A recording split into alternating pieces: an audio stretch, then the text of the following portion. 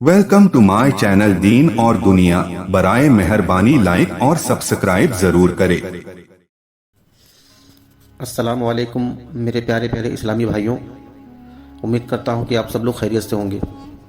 दोस्तों, आज हम आप लोगों के सामने तौबा और इस्तिग़फ़ार का वीडियो लेकर हाजिर हुआ हूँ। उम्मीद करता हूँ कि आप सभी लोगों को यह वीडियो ज़रूर पसंद आएगा, और अगर यह मेरा वीडियो आप लोगों को पसंद आए तो प्लीज़ लाइक, शेयर और सब्सक्राइब ज़रूर करें, और वीडियो को आखिर तक ज़रूर वॉच करें। तौबा और इस्तिग़फ़ार। मगर जिसने तौबा कर ली और ईमान ले आया और अच्छे काम किया तो अल्लाह ऐसे लोगों की बुराइयों को नेकियों में बदल देता है, और अल्लाह तबारक व तआला बड़ा बख्शने वाला, वो बहुत मेहरबान है। कुरान की सूरह नंबर 25 आयत नंबर 70 में अल्लाह तबारक व तआला इरशाद फरमाता है, मगर जिसने तौबा कर ली और ईमान ले आया और अच्छे काम किया तो यकीनन वो फलाह व कामयाबी पाने वालों में से है। कुरान की सूरत नंबर 28 और आयत नंबर 49 में अल्लाह तबारक व तआला इरशाद फरमाता है, और तुम अपने रब से मग़फ़िरत मांगो, फिर उसकी बारगाह में सच्चे दिल से तौबा करो, बेशक रब बहुत मेहरबान मोहब्बत करने वाला है। कुरान की सूरह नंबर 11 और आयत नंबर 90 में अल्लाह बारी ताला इरशाद फरमाता है कि अल्लाह ने सिर्फ उन्हीं लोगों की तौबा कबूल करने का वादा किया है जो नादानी या अनजाने में बुराई कर बैठते हैं, फिर जल्दी ही तौबा कर लेते हैं। ऐसे लोगों पर खुदा अपनी रहमत के साथ रुजू करेगा। कुरान की सूरह नंबर 4 आयत नंबर 17 में अल्लाह तबारक व तआला इरशाद फरमाता है, अरबी में तौबा का मतलब रुजू के होता है, यानी बुराई से अच्छाई की तरफ लौटना। जिस तरह इबादत के लिए पहला कदम तहारत है, उसी तरह राह हक में पहला कदम तौबा है। तौबा सालिकीन की पहली मंजिल और तालिबीन का पहला मुकाम है। तौबा ईमान व इबादतों की जड़ है। हुजूर सल्लल्लाहु अलैहि वसल्लम फरमाते हैं, अन्नी दामतु तौबतुन, यानी नदामत ही तौबा है। इसमें 3 बातें शामिल होती हैं। 1, गलत काम करने का अफसोस, 2, उस गलत काम से बचना, और 3, ज़िंदगी में दोबारा वो गलती नहीं करने का इरादा। तौबा करने की शुरुआत बुरे काम व बुरे लोगों के साथ से होती है। सबसे बुरा तो वो है जिसे अपने बुरे होने का एहसास नहीं होता, और ऐसे की संगति से फिर उस गुनाह में मुब्तला होने का डर रहता है।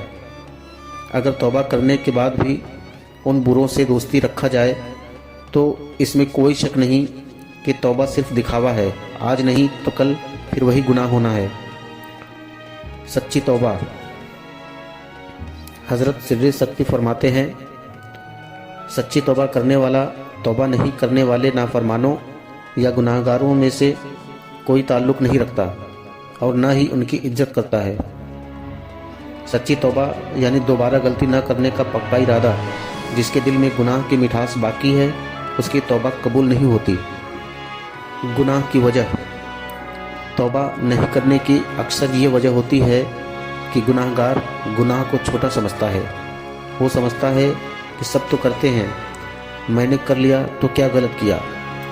हुजूर सल्लल्लाहु अलैहि वसल्लम फरमाते हैं, मोमिन अपने गुनाह को ऐसा समझता है मानो पहाड़ टूट पड़ा हो, और मुनाफिक अपने बड़े से बड़े गुनाह को एक मक्खी की तरह मामूली समझता है।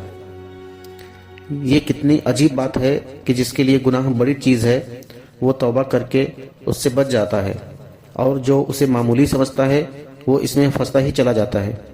हज़रत बिलाल बिन साद फरमाते हैं, गुनाह के छोटेपन को न देखें, बल्कि ये देखें कि तूने किसकी नाफरमानी की है। तौबा की तकमील अपने लोगों को खुश करने पर होती है, यानी आपके वो सबसे करीब लोग जिनको आपके गलत काम करने से सबसे ज़्यादा तकलीफ़ हुई हो, अगर वो आपसे खुश हो जाए तो ये मान लें कि आपकी तौबा मुकम्मल हो गई।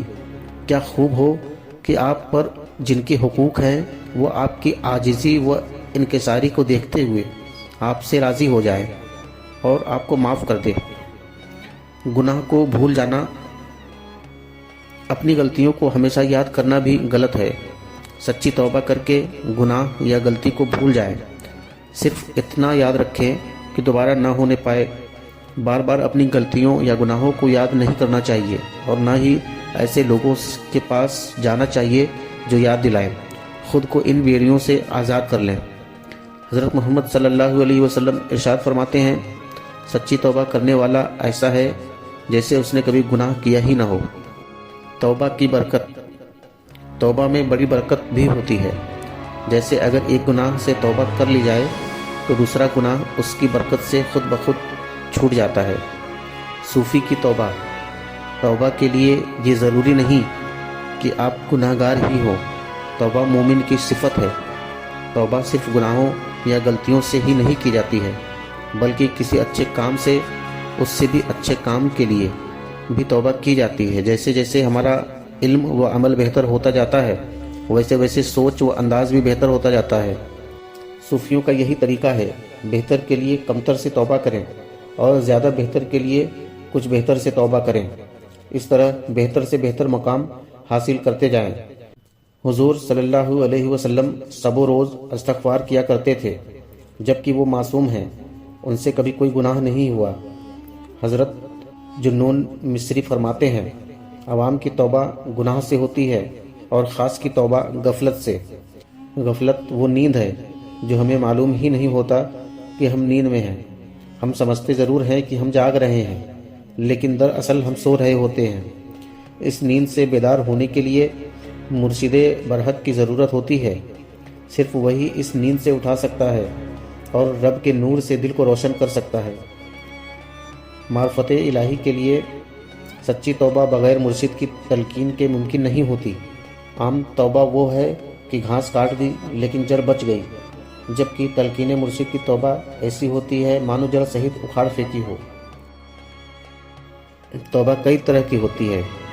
کوئی اپنے گناہ سے توبہ کرتا ہے، کوئی اپنی نادانیوں سے، کوئی غفلت سے، تو کوئی اپنی اچھائیوں کو دیکھنے سے توبہ کرتا ہے تاکہ خود میں اچھا ہونے کی برائی پیدا نہ ہو جائے۔ حضرت نوری فرماتے ہیں، توبہ یہ ہے کہ تو حق کے سوا ہر شے سے توبہ کر لے۔ حضرت علی رضی اللہ عنہ فرماتے ہیں، جو اندھا ہوا وہ ذکر بھول گیا، اس نے بدگمانی کی شروعات کی اور بغیر توبہ و عاجزی کے مغفرت طلب کرنے لگا۔ توبہ اس وقت سچی ہو جاتی ہے کہ گناہ کا اقرار کرے، ظلم کا اعتراف کرے، نفسانیت سے نفرت کرے اور برائیوں سے دور رہے۔ اللہ کسی قوم کی حالت تب تک نہیں بدلتا جب تک کہ وہ لوگ خود بدلنا نہیں چاہتے۔ قرآن کی سورہ نمبر 13 آیت نمبر 11 میں اللہ تبارک و تعالیٰ ارشاد فرماتے ہیں، جب برا عمل کر بیٹھو تو اس کے بعد ایک اچھا عمل کرو۔ اگر گناہ چھپ کر کیے ہو تو نیکی بھی چھپ کر کرو، اور اگر گناہ اعلانیہ سب کے سامنے کیے ہو تو نیکی بھی سب کے سامنے کرو۔ اور فرماتے ہیں، برائی کو اچھائی مٹا دیتی ہے۔ سچے دل سے توبہ کرنے والوں کی بڑی عزت بیان کی گئی ہے۔ حضرت محمد صلی اللہ علیہ وسلم فرماتے ہیں، سچی توبہ کرنے والوں سے میل جول رکھا کرو، کیونکہ ان کے دل سب سے زیادہ نرم ہوتے ہیں۔ اور نیک و اچھے اعمال کا کیا فائدہ ہوتا ہے، قرآن کی اس آیت سے پتہ چلتا ہے۔ اور جو لوگ ایمان لائے اور نیک و اچھے کام کرتے رہے تو ہم انہیں یقیناً صالحین یعنی نیک بندوں میں داخل کریں گے۔ اللہ حافظ۔